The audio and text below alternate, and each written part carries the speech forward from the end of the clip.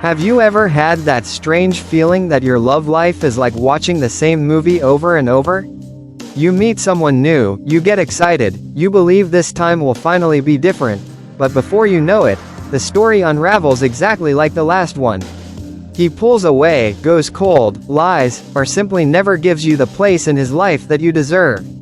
And then comes that question echoing in your mind late at night. Why'd I always attract the same type of man? That question, as simple as it sounds, hides a much deeper mystery. It's not just about bad luck, fate, or never getting it right in love. It has everything to do with hidden gears turning inside you. And I want you to hear this as if we were having a real, intimate conversation, me sitting across from you, looking you in the eye. I'm not here to judge you. I'm here to tell you the truth most men will never say out loud, and to show you what science has already revealed. Because here's the hard truth. You don't attract what you want, you attract what you believe you deserve. And those beliefs don't come out of nowhere. They're written into you early, often in childhood, and then reinforced by heartbreaks and disappointments along the way. Your brain works like an antenna. It picks up signals that match what's already inside you. And you know what's even worse? That antenna doesn't care if it hurts you. The human brain prefers what feels familiar, even if it's painful, over something new and unknown, even if that new is better. That's why so many people feel trapped in a cycle, like they're walking in circles and can't break free. But here's where things shift. If all of this sounds like a hopeless diagnosis, I want you to know there's a way out. And that's what I'm going to reveal to you today. In this video, I'm going to open up 5 powerful truths about why you keep attracting the same type of man, and how you can finally change the frequency of your heart's radar. Forget the usual cliches like, just love yourself first, or trust the universe. We're going deeper. I'm talking neuroscience, psychology, energy, but broken down in a way that actually makes sense in your life. I'm going to bring real examples, stories that will make you think, that's me, that's exactly what I've lived. Because I know, you're tired of shallow answers.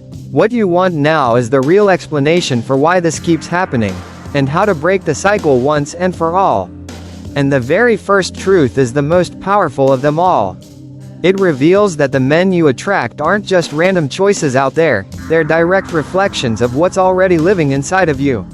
And once you see that clearly, everything changes.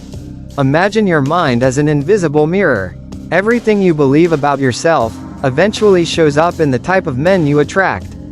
If deep down you carry the belief that you're not enough, that you have to fight for love, or that all men are the same, guess what? The world seems to prove you right every single time. But it's not the world doing it, it's your brain. Neuroscience calls this confirmation bias. The human brain constantly looks for and highlights information that confirms what it already believes. It's like wearing tinted glasses. Even if the world is in black and white, you'll see everything through that color. If your lens is scarcity, you'll normalize neglect. If your lens is distrust, even kindness feels suspicious. Let me give you a real example. I once knew a woman who grew up hearing that she was too difficult to love. That belief deeply scarred her self-esteem. As an adult, she consistently ended up with partners who criticized her or put her down, and she stayed, because on some level it confirmed what she already believed about herself. She didn't even recognize she was settling for crumbs, because her mind had been trained to expect exactly that. Picture walking into a party. There are 10 men in the room. Some are grounded, some are affectionate, some are dishonest. Your internal radar won't see them equally. It will pull you toward the one who confirms what you already believe. And then you call it chemistry. But often, it isn't chemistry at all, it's a pattern. Emotionally, this is brutal. Because the more you reinforce a negative belief, the stronger it becomes. It creates a vicious cycle. I believe I'm not enough, right pointing arrow. I choose a man who treats me like I'm not enough, right pointing arrow. That confirms my belief, right pointing arrow. I believe even more strongly I'm not enough. So how do you break it? The first step is awareness. Ask yourself, what are the most common thoughts I have about men and relationships? Which sentences keep echoing in my head? Maybe it's, men always cheat. Maybe it's, no one will ever love me as I am. Maybe it's, real love doesn't exist. These phrases seem harmless, but they act like secret commands directing your choices. Psychology calls this a self-fulfilling prophecy. It's when you believe something so strongly that you unconsciously create the conditions for it to come true. If you believe men will always let you down, without realizing it, you'll choose the ones most likely to prove you right. Now think about this. What if the problem isn't the men you meet, but the mirror you're carrying inside? If that mirror is cracked, it will distort your reflection. It will make you accept less than you deserve. But when you start repairing that mirror, when you realize beliefs can be challenged, something shifts. The reflection changes. And when the reflection changes, the kind of men you draw into your life change too. That's why the very first step isn't looking outward, but inward. Because the men you attract are just reflections of what you believe about yourself. And if that already feels deep, wait until you see how childhood wounds are still writing the script for your love life today. Have you ever looked back at a relationship and thought, why on earth did I choose him? I knew he wasn't good for me. And yet, something inside you felt pulled toward him, almost like it was inevitable. The truth is, those choices are often tied to something much older than the relationship itself. They go all the way back to your childhood. Science shows that our earliest bonds, with our parents or caregivers, create the blueprint for how we love. It's like your brain writes a manual on what relationships are supposed to feel like. But here's the catch. Many of those manuals are full of missing pages and flawed instructions. If your father was emotionally absent, your brain may have recorded, love means waiting. If your mother was overly critical, you may have learned, I have to earn affection. If your home was full of conflict, the message might be, love always comes with pain. Psychology has a name for this, attachment theory. Research shows that the emotional patterns formed in childhood don't just disappear when you grow up. They follow you into adulthood, silently shaping who you feel drawn to. Here's the tricky part. The human brain craves familiarity. It would rather cling to something known, even if it hurts, than risk something new and healthy. It's like walking through a dark house you've lived in for years. You might bump into things and stub your toe, but at least you know where everything is. Walking into a brand new, brightly lit house feels scarier, because it's unknown. That's why so many women end up drawn to men who recreate the emotions of their childhood. It's not a conscious choice. It's your brain chasing what feels familiar, even if that familiar is toxic. Take Anna, for example. Her father made big promises but rarely followed through. He'd say he'd pick her up from school, but he wouldn't show. He'd promise time together, but he always had an excuse. What did that teach her? That love is unstable. That promises are fragile. That waiting is normal. Fast forward to adulthood, and Anna found herself repeatedly falling for men who did the same thing. They were charming at first, full of promises, but then they'd disappear, forget her birthday, cancel plans. Painful? Absolutely. But also strangely comfortable, because her brain had been wired long ago to associate love with inconsistency. This is what psychologists call repetition compulsion, the drive to replay old wounds, hoping unconsciously for a different ending. But here's the cruel twist. The ending almost never changes. By chasing the familiar, you end up reinforcing the very pain you wanted to escape. Another example. Carla grew up with a mother who was hypercritical. No matter what she did, it was never enough. If she brought home a good grade, her mom would say, why not an A+? If she cleaned her room, it wasn't clean enough. The belief that formed, love comes with judgment. So, as an adult, Carla was only attracted to men who criticized and demanded more of her. Gentle, supportive men? She dismissed them. She even described them as boring. Because what felt real to her was the constant pressure of not being enough. Neuroscience explains why these patterns stick. Intense childhood experiences carve deep neural pathways, like trails in a forest walked over and over until they become roads. In adulthood, your brain naturally takes those well-worn paths. It's easier than hacking through the wilderness to create a new one. That's why breaking patterns feels so hard. But hard doesn't mean impossible. The first step is identifying your wounds. Ask yourself, which parts of my childhood are replaying themselves in my relationships? Do I chase emotionally unavailable men because absence feels like love? Do I tolerate criticism because it reminds me of home? Awareness alone is powerful. It takes the wheel back from autopilot. Then comes reframing. Instead of thinking, my father's absence means I'm unworthy of love, you can reframe it as, my father had limitations, but that doesn't define what kind of love I deserve today. This doesn't erase the past, but it removes its stranglehold on your present. Another tool is self-nurturing.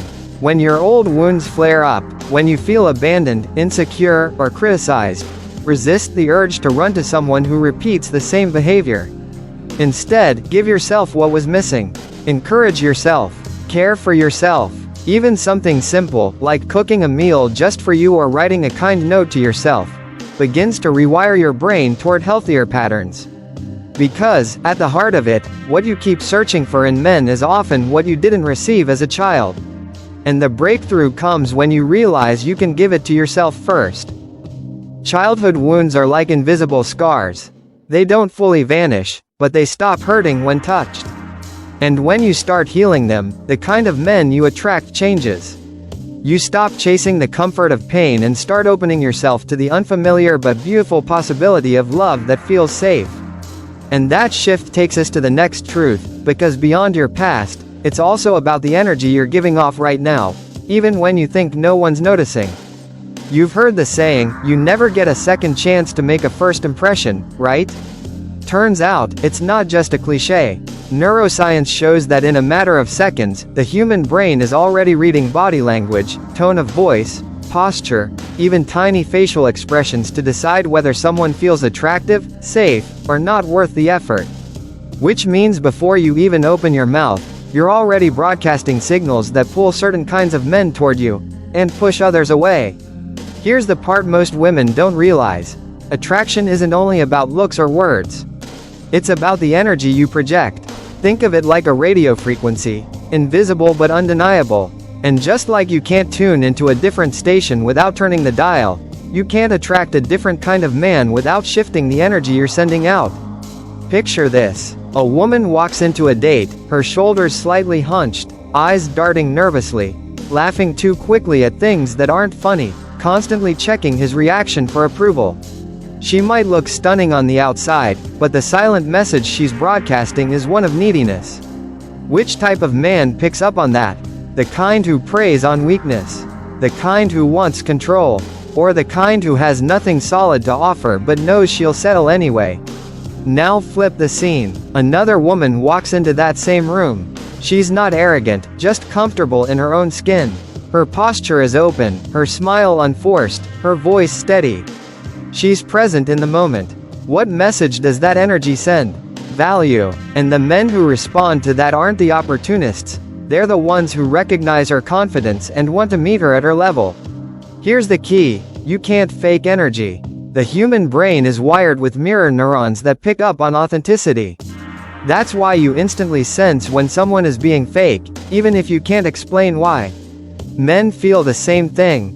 They don't just hear your words, they feel your vibe. And this is where the big difference lies.